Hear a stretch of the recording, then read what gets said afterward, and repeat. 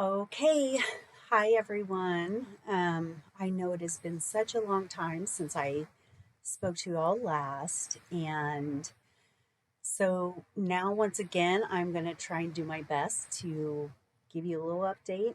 Um, so much has happened, good, bad, and indifferent, that I feel like it all cancels itself out, but I'm going to try and make this somewhat feel a little bit more together, I guess.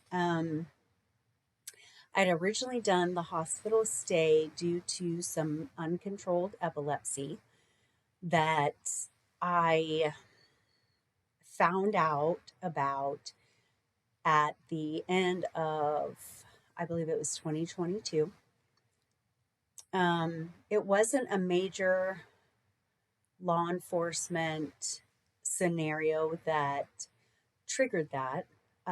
However, it was due to some of the um, I don't know, connected people that created a situation that I had never experienced. Um, all of this has been teaching me a lot about myself and the things that I tend to keep from everyone. And I have done that my entire life. And coming to realize at this age, I'm going to be 45 in July, that I've lived in a state of trauma my whole life. So, here we are, stress peak, right? I think I've talked about this before. Most of us live down here, then we can be increased by different events in our life, whatever. And everyone has that moment that they hit their tip when they are the clearest, they're most on point. However, you can't live here. And I was pretty much living here, not only with things that I didn't realize I was living in my life that was absolutely traumatic, um, but somehow, very early on in my childhood, I had decided for myself that there were going to be standards and levels of perfection that I had to meet. Why I did that, I have yet to find out still. This has all been, once again, very uncharted territory for me, but I am trying to truly understand and also trying to be vulnerable. That word in my vocabulary was always something that I may have supported other people to be in their current situations, but it wasn't ever something I felt was appropriate for me whatsoever. Um, I would try to compete with myself. I had no judgment for anyone else, regardless if they were doing the same stuff as me. Maybe they had not reached that same position or they were completely above me. I had zero judgment about their lives, their,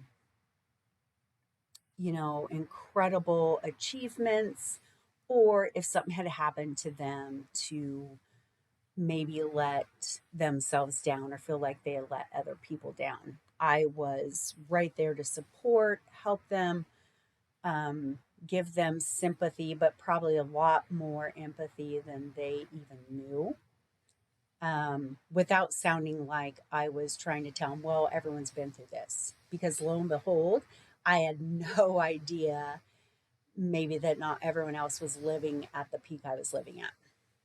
However, again, like I said, I will try not to touch on this too much. It's still a very sensitive subject, and there are still a few people that were a part of the incident, if you will, that might see this. But um, when that situation occurred, here I was here, not even knowing there was actually a glass ceiling for me.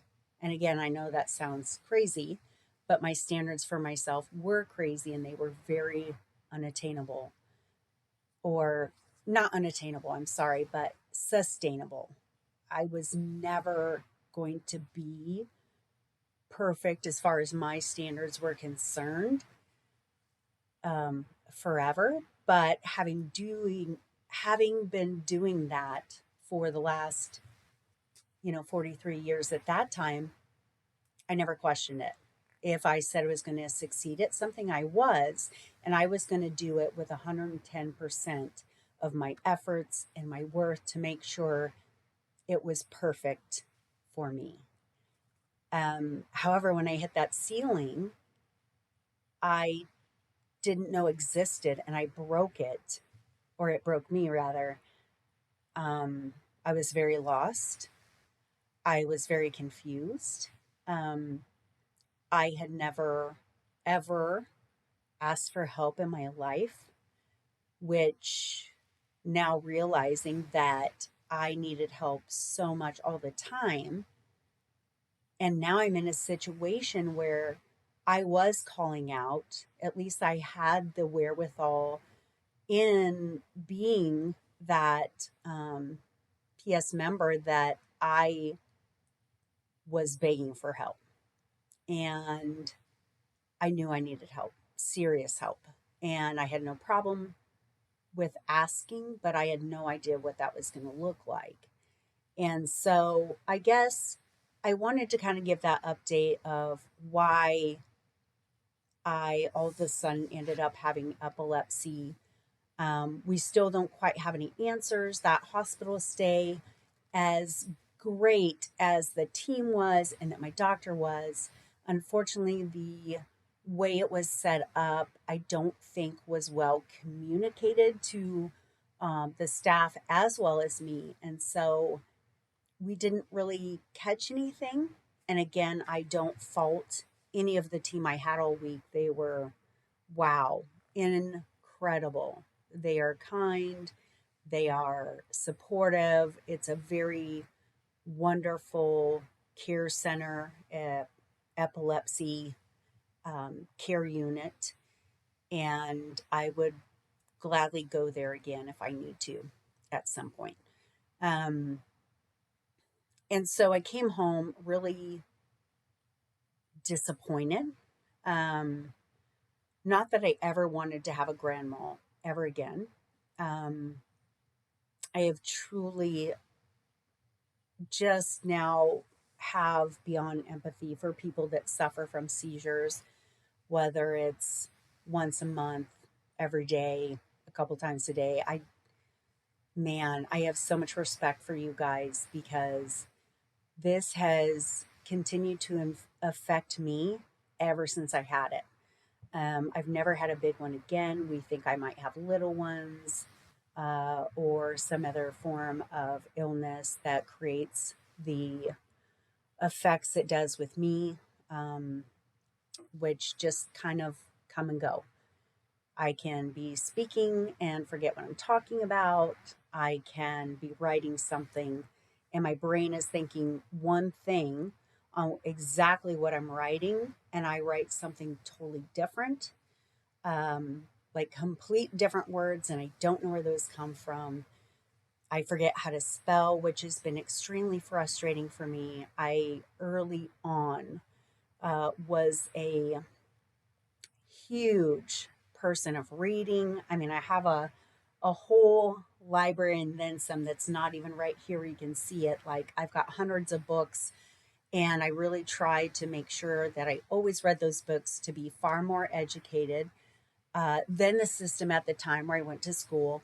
And so I have that, or I don't know, some days I'm so overwhelmed by just maybe normal everyday tasks that I don't even know where to start. And a lot of times I end up not doing anything, even though I feel like I've worked all day. And that is a really hard thing to admit, but I really came home from that hospital stay asking myself, what can I do at this point? What can I do?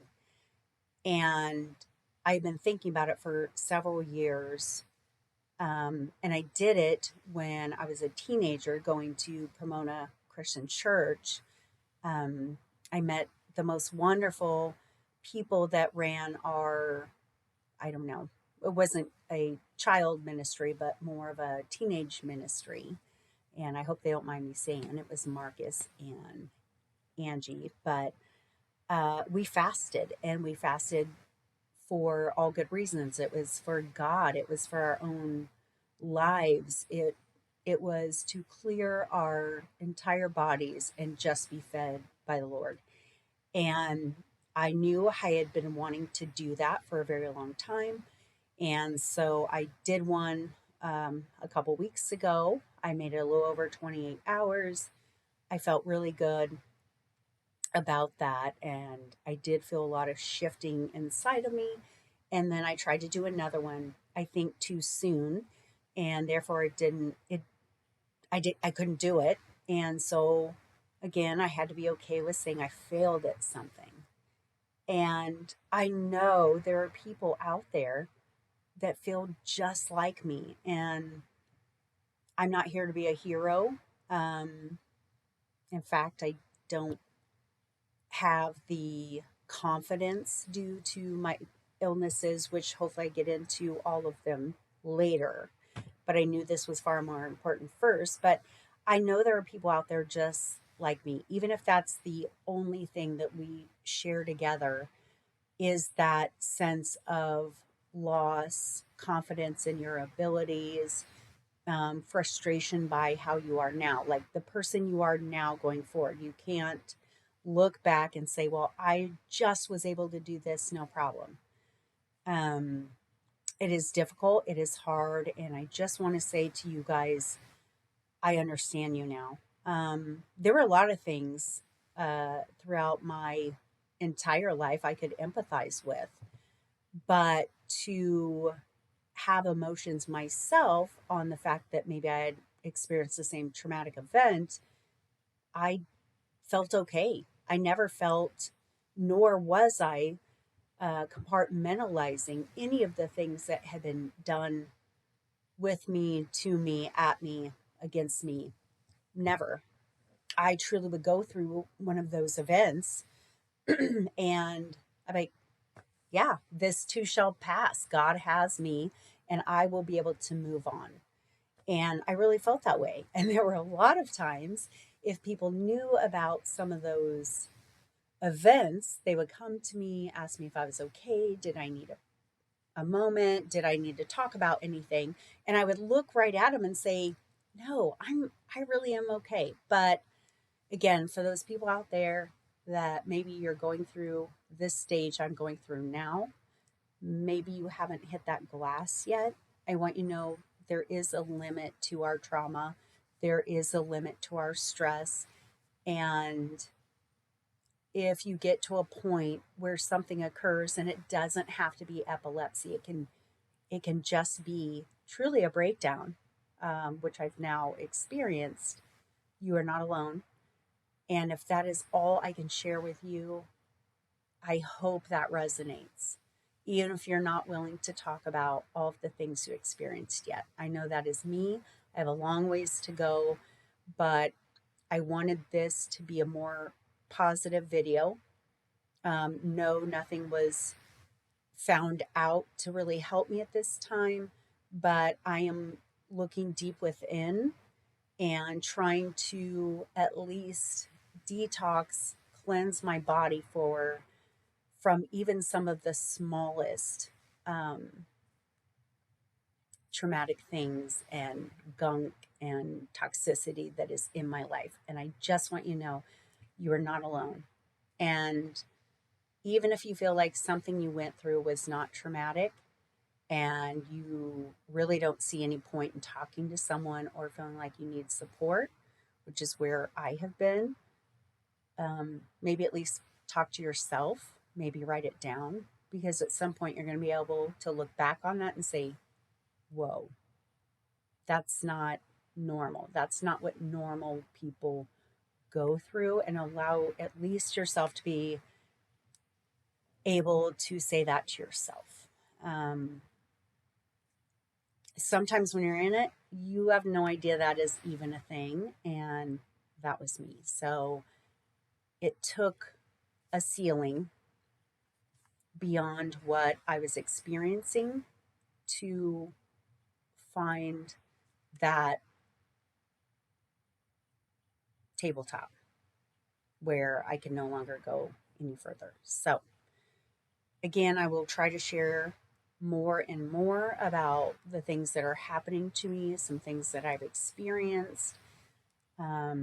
Again, this feels like a very comfortable space for me. I don't look at whether someone watched it, liked it, hated it, um, because we have all also either been victims of that or maybe try to come off as that person to hurt people, but hurt people.